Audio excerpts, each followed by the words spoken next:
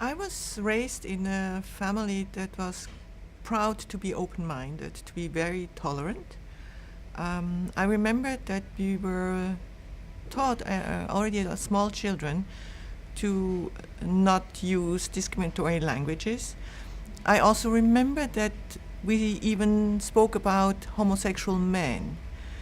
And still, it took me 19 years and the help of a friend that I realized that the love I had for women was not just a passing phase in my life, but that there was something that I had to reconsider.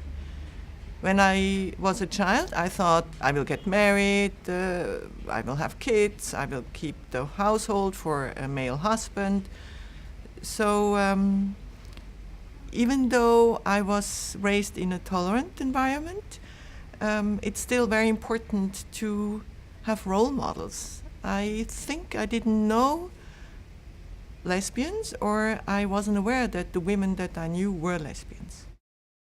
I have lived my life in my home country as a second-class citizen. We are still considered second-class citizens. There is no marriage equality, for example. My marriage to my wife is not considered a marriage, it's considered a domestic partnership, and equal but different. So my home country did everything to make sure that they had to develop a whole set of new laws just for us, something special, and this is really offensive. So did this shape my look, my perspective on life, on the society? Yes, it did. It's like being a woman. For example, my mom was not able to vote until I was 14. I was lucky that when I was 20, I had equal vote right.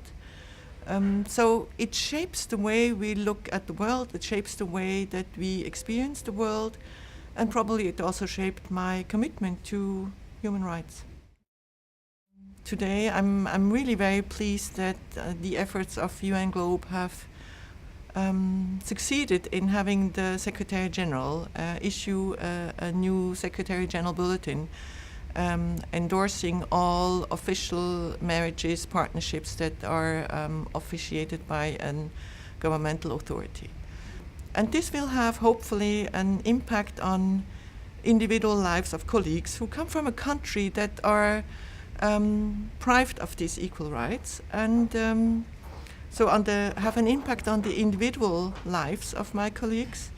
And I also hope that it may contribute to change of attitude if the United Nations, as the Organization of Human Rights, considers that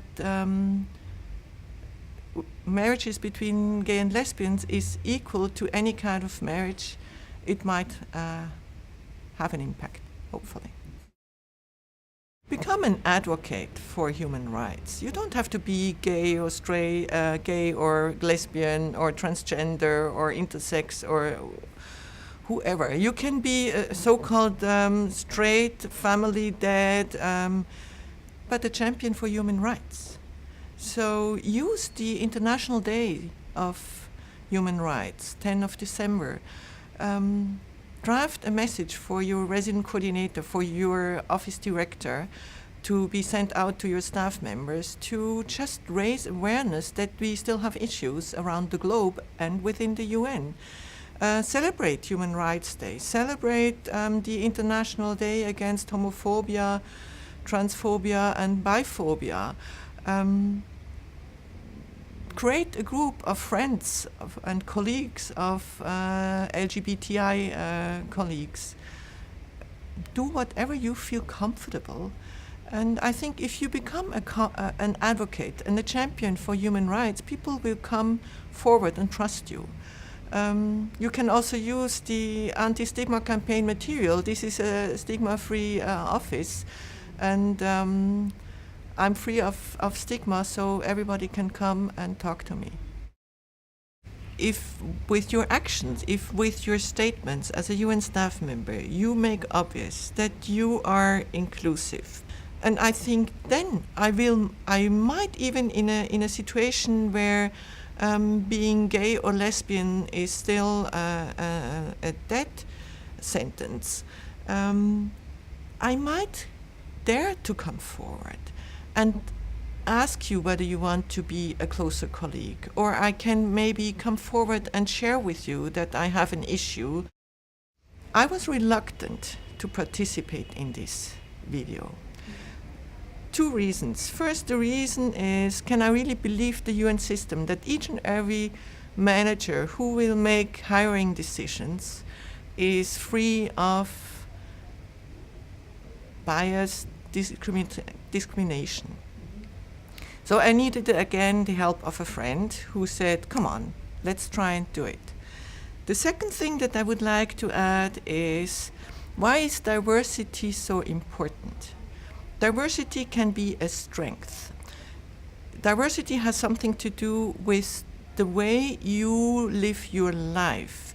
Being part of a discriminated group, or of two discriminated groups, a woman and a lesbian, has certainly shaped my life. And it has shaped my perspective on problems, on solutions, on whatever.